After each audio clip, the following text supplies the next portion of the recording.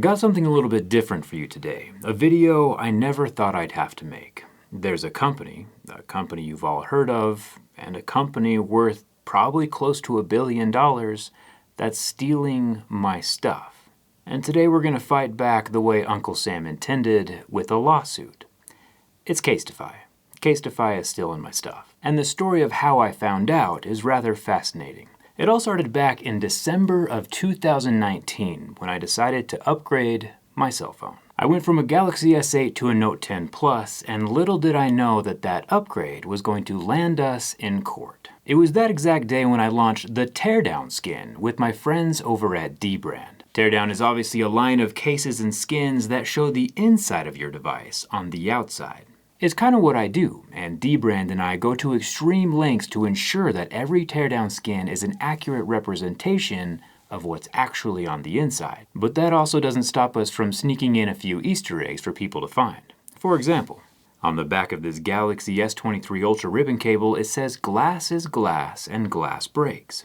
Definitely not something Samsung would ever put inside their device. But that is something I say very often, and we toss a few of these treats onto every skin. These Easter eggs are going to be extraordinarily important here in a second because extraordinary claims of theft require extraordinary proof. Luckily for me though, Casetify is more like the Home Alone thieves and less like the Ocean's 11 thieves. But I'll get to that. Keep in mind that this is a true partnership between dbrand and I. We share profits like partners, and we're constantly growing the product line and figuring out which devices to support next. Since that launch in December of 19, we've supported over 100 devices with Teardown skins, and we'll keep going as long as you support us, or until Apple stops making iPhones, whichever comes first. But let's go back. What did Casetify do to warrant all of this negativity? Well, back when Twitter was still called Twitter, someone tagged dbrand in a post pointing out that Casetify was selling a Samsung Galaxy S23 phone case with the internals of an iPhone. And not only that, every single product they were selling was using the exact same iPhone image. The average person might not have been able to spot the error, but anyone watching my channel could have spotted the internal differences from a mile away. Dbrand being dbrand took a little shot at Casetify, which is fine, just a little Twitter banter between companies. Dbrand and I continue along our merry way making accurate Teardown products while Casetify is dressing up Androids like iPhones. No big deal. I thought that was the end of it. But it wasn't. A few months go by and we get tagged in another tweet. I found a product like Teardown, but more expensive. Clicking the link, it takes us to a landing page for a new product line from Casetify called Inside Out. And when you click to the website, check it out. They did it. A much more accurate look at the insides, and normally I'd be very proud of Casetify for actually taking the effort to actually portray the insides, because I'm not the only person on the planet who likes to take things apart. I don't own the idea of repairing things yourself, or am I the only person who appreciates the beauty of internal hardware? If Casetify went back to the drawing board, purchased a bunch of phones, took them apart, scanned the internals to properly make a Teardown skin competitor, bring on the competition. If that's what they did. Spoiler alert, that is not what they did. Do you remember all those Easter eggs I told you about earlier? While we were scanning this new competition from Casetify, we noticed something interesting on their Galaxy S23 Ultra case, which I happen to have right here. The print quality is extraordinarily subpar, but I think you'll be able to notice what we noticed right here on Casetify's case that Casetify sells on Casetify's website. Glass is glass and glass breaks. I know for sure Samsung didn't put that there, so what's my phrase that I use all the time doing on one of Casetify's products? After seeing this, we decided to investigate a little further. Check out this R0807. If you've been around long enough, you'll know that this is a reference to dbrand's robots, R-O-B-O-T. And one more, here near this Lego-style ribbon connector, it says CTFY, surrounded by a trio of 11s. 11-11-11 isn't just the day Skyrim came out, it's also the day that dbrand started their business. Now why would Casetify include the day that dbrand was founded on their products? Unless... Do you see where I'm going with this? Let's take a look at my Galaxy S23 Teardown skin. We have the same 11-11-11 around the subscribe ribbon, and the robot Easter egg is also front and center. Would it surprise you to learn that nearly every single Casetify product on my desk right now has at least one of our Teardown skin Easter eggs on it? I'm starting to think that Casetify's inside-out product line isn't as authentic as they say it is. Dbrand was first to notice that our Easter eggs were showing up in Casetify products, and we both couldn't figure out why Casetify would create their own version of Teardown and painstakingly recreate the JerryRigEverything Easter eggs. Unless Casetify didn't recreate the JerryRigEverything Easter eggs, and the ones that are the ones left behind in their rush to ride the Teardown train.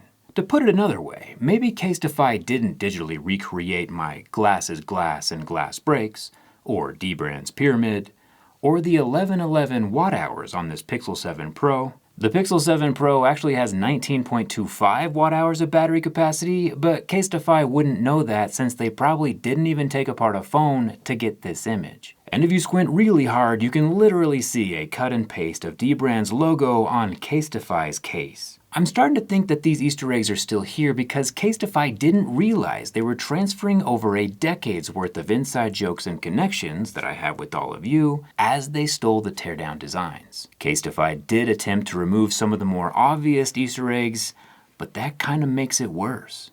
This is Home Alone's skill levels of thievery, and if you haven't watched that movie, I highly recommend it. You might be thinking to yourself, hey Jerry, why would they do this? After all, isn't it a simple scan the device that you print out and slap on a case? It can't be that difficult.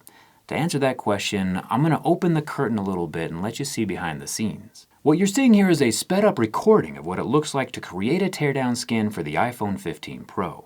We first scanned the phone in ultra-high 2400 DPI resolution, giving us an image up to about 41,000 pixels wide by 30,000 pixels tall, enough detail to print out on a billboard. Then it takes about 10 hours worth of editing a first draft in Photoshop before producing prototypes, making adjustments, and getting it ready for mass production. Nearly every imperfection gets cleaned up while taking a few creative liberties to spruce up the internals, like undressing the wireless charging pad so its bare copper coils pop better. Not only is it a lot of work, but we put the same level of attention onto every device in the Teardown product line. I'm not kidding when I say we've put over 10,000 hours into editing alone. Check out these example images, what the device looks like in the initial scan and what it looks like after we are finished with it. It's just as much of a work of art as a realistic representation of the internals. The original images are just like what you'd see in one of my teardown videos, and the polished up image in incredible detail, with Easter eggs added, is what you'd get with a teardown skin or on a teardown grip case. It takes a lot of work to make a teardown skin, so I think you can see why we are a little upset that a massive company, whose by their own CEO's admission is worth close to $1 billion, might have just swooped in and copied 10,000 hours worth of work. But there's more. In order for us to confirm our suspicions, Dbrand conducted an experiment. I'm going to show you a video, and on the right is our artistically perfected teardown skin for MacBooks, and on the left is Casetify's inside-out case for MacBooks. Now watch as we take the entire chunk of the MacBook teardown and move it over to Casetify's product. You might be surprised to notice how perfectly they match up. Or, considering everything you've seen up to this point, maybe you aren't surprised anymore. We're going to flip between Casetify's image and the one we just made with our teardown skin. We did this for every single one of Casetify's inside-out products, and sure enough, every single one failed our plagiarism test. Literally all of these Casetify designs you're looking at, from Pixel to Samsung, weren't made by Casetify independently taking apart devices and digitally reconstructing their internals. They were made from our teardown designs. And to add insult to injury, if you look at Casetify's website and check out my Galaxy Z Fold 4 case, it looks just like a normal ripoff. But if we zoom in, we notice a random extra camera lens at the top of the picture, a portion of a fourth circle. Turns out it's not just a random camera lens, it's literally the camera from our teardown product image on our product page. So not only did Casetify steal our teardown products, but we also think they didn't have the decency to buy them first and scan the real thing. It appears as if they went to our teardown product page, right-clicked the image, saved it, and used it for their own profit. And to be fair, this isn't the first time someone has tried to rip off our teardown skin, but Casetify is not a mom-and-pop shop. They are a global brand with a nearly $1 billion valuation, with a B. Considering their size and cash flow, I don't see why they couldn't just buy a few phones, take it apart, and do the work themselves. And honestly, if they had, I would love it. Competition is a marvelous thing. I know how much work goes into creating a teardown product, and if someone wants to create decent competition, I'm all for it. But hopefully you can see with everything that I've shown you that fair competition isn't the route that Casetify decided to take. So when we had this all figured out, Dbrand and I just had one last question. What do we do about it? I'm not normally a legal action kind of guy, but I also don't get ripped off by billion-dollar corporations every day. I could call them out on social media, of course, or Dbrand could tweet some witty tweets, but at the end of the day, in this David and Goliath situation, Goliath doesn't have the obligation to remove my products from their website just because I made a video calling them out on it. So instead, we're giving them something they can't ignore: a lawsuit.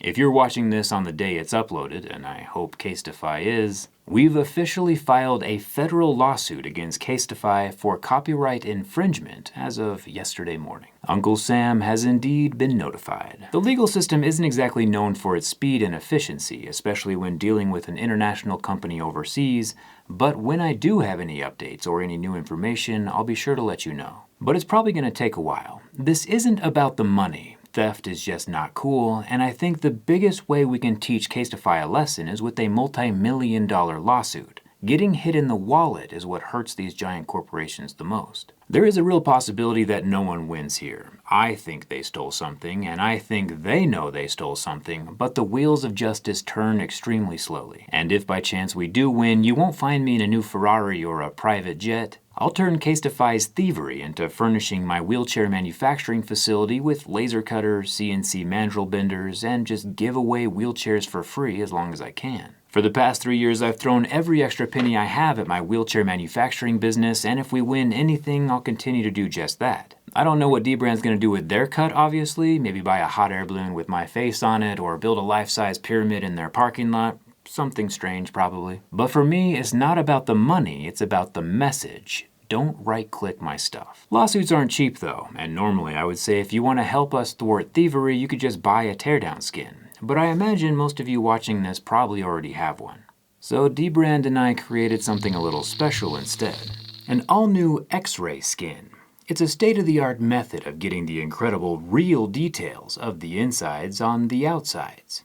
You can think of it as teardown's monochromatic cousin. Check out the pen detail on the USB-C charging port of the S23 Ultra, or the leads on the speaker inside the iPad Pro, or even better yet, the turbofans and vapor chamber on the MacBook. Unlike teardown, where we physically disassemble a device and run it through a high DPI scanner, this time around we take the device to a metrology lab, where we use a one-of-a-kind X-ray machine that's normally used to scan minuscule parts in the assembly of spacecraft.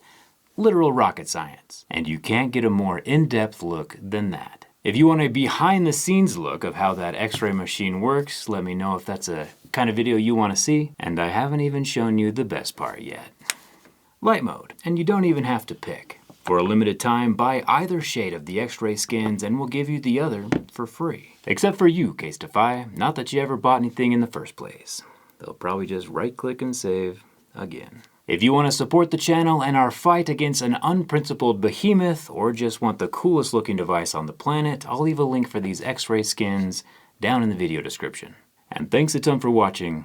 I'll see you around.